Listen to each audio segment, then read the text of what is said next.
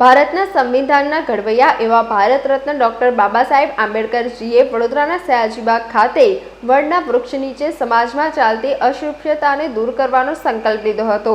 આજે તે સંકલ્પને 107 વર્ષ થયા છે। ડોક્ટર ભીમરાવ બાબા સાહેબ આંબેડકરે આજના દિવસે સંકલ્પ કર્યો હતો, તેથી આજના દિવસને સંકલ્પ દિવસ તરીકે ઉજવવામાં આવે છે।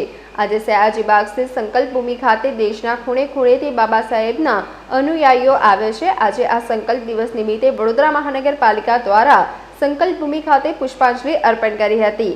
આ સમયે deputy mayor Chirag Barot, standing committee chairman Shital Mistry, Vadodara મહાનગરપાલિકાના કમિશનર દિલીપ રાણા અને નગરસેવક નાગરિકો ઉપસ્થિત રહ્યા હતા તથા પુષ્પાંજલિ અર્પણ કરી હતી।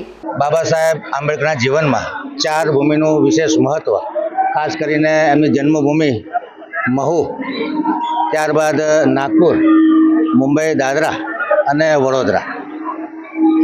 બાબા સાહેબ આંબેડકર યુવાનીમાં બીએની પરીક્ષા પાસ કરી ને વડોદરાના રાજવી શ્રીમંત સર સયાજીરાવ ગાયકવાડને મળ્યા અને એમને આગળ ભણવા માટે, ફોરેન ભણવા જવા માટે 11.5 પાઉન્ડની સ્કોલરશિપ 3 વર્ષ માટે સયાજીરાવ ગાયકવાડે આપી।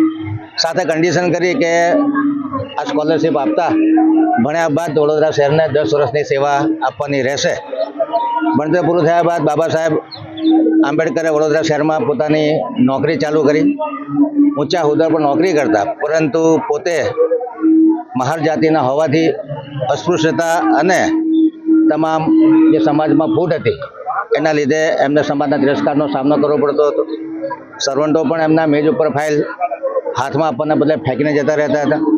એમને આખા વડોદરામાં મકાન પણ ન મળ્યું, ત્યારે પારસી હોસ્ટેલમાં રહ્યા 2 રૂપિયાના ભાડાથી, પરંતુ ત્યાં પણ એમને અપમાનનો અવારનવાર સામનો કરવો પડતો હતો। જ્યારે એમને ફાઇનાન્સ નાણાં વિભાગનો હવાલો સોંપવાના હતા એવી વાત આખા વડોદરા શહેરમાં ફેલાતા સમાજના અગ્રણીઓએ આંદોલન કરી લાકડી લઈ અને હોસ્ટેલ ખાલી કરવાની ફરજ પાડી હતી। એ 23 સપ્ટેમ્બર 1970ના દિવસે એમને નોકરી છોડવાનો નિર્ધાર કર્યો અને બોમ્બે ટ્રેનમાં જવા માટે બુકિંગ કરાવ્યું।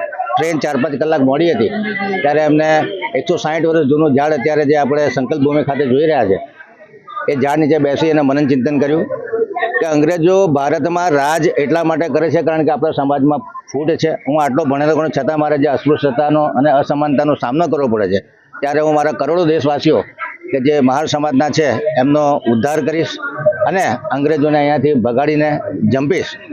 અને આ ભૂમિ પર એમણે સંકલ્પ લીધો અને ત્યારબાદ એમણે ભારતનું બંધારણ લખ્યું અને જે આખા વર્લ્ડમાં પ્રખ્યાત એવું બંધારણના રચયિતા એવા શ્રી બાબા સાહેબ આંબેડકરના સંકલ્પ ભૂમિ દિને આજે અમે સૌ અહીંયા આવ્યા છે અને એમને પુષ્પાંજલિ અર્પણ કરી છે। બાબા સાહેબ આંબેડકરના તમામ અનુયાયીઓ, ભારતીય તમામ નાગરિકો અને આજે તો મુક્ત સમાજ થઈ ગયો છે એ એમની દેન છે। સ્ત્રી કેળવણી, અસ્પૃશ્યતા, આ તમામ વસ્તુનું નિવારણ થયું છે। આજે સ્ત્રી કેળવણીને પુષ્કળ ભાર આપવામાં આવ્યો છે। આપણું બંધારણ જેના લીધે ભારત આજે આટલો દુનિયાનો નંબર 1 ડેમોક્રેટિક કન્ટ્રી બન્યો છે, તો આજે એમને યાદ કરી અને આજે એમને શ્રદ્ધાંજલિ પણ અર્પણ કરીએ છીએ અને તમામ અનુયાયીઓ અને તમામ નાગરિકોને હું શુભેચ્છા સંદેશ પાઠવું છું કે બાબા સાહેબ આંબેડકરે બતાવેલા આદર્શો પર આપણે જીવીએ અને ભારત વધુ પ્રગતિ કરે અને વિકસિત રાષ્ટ્ર બને એ માટેની શુભેચ્છાઓ।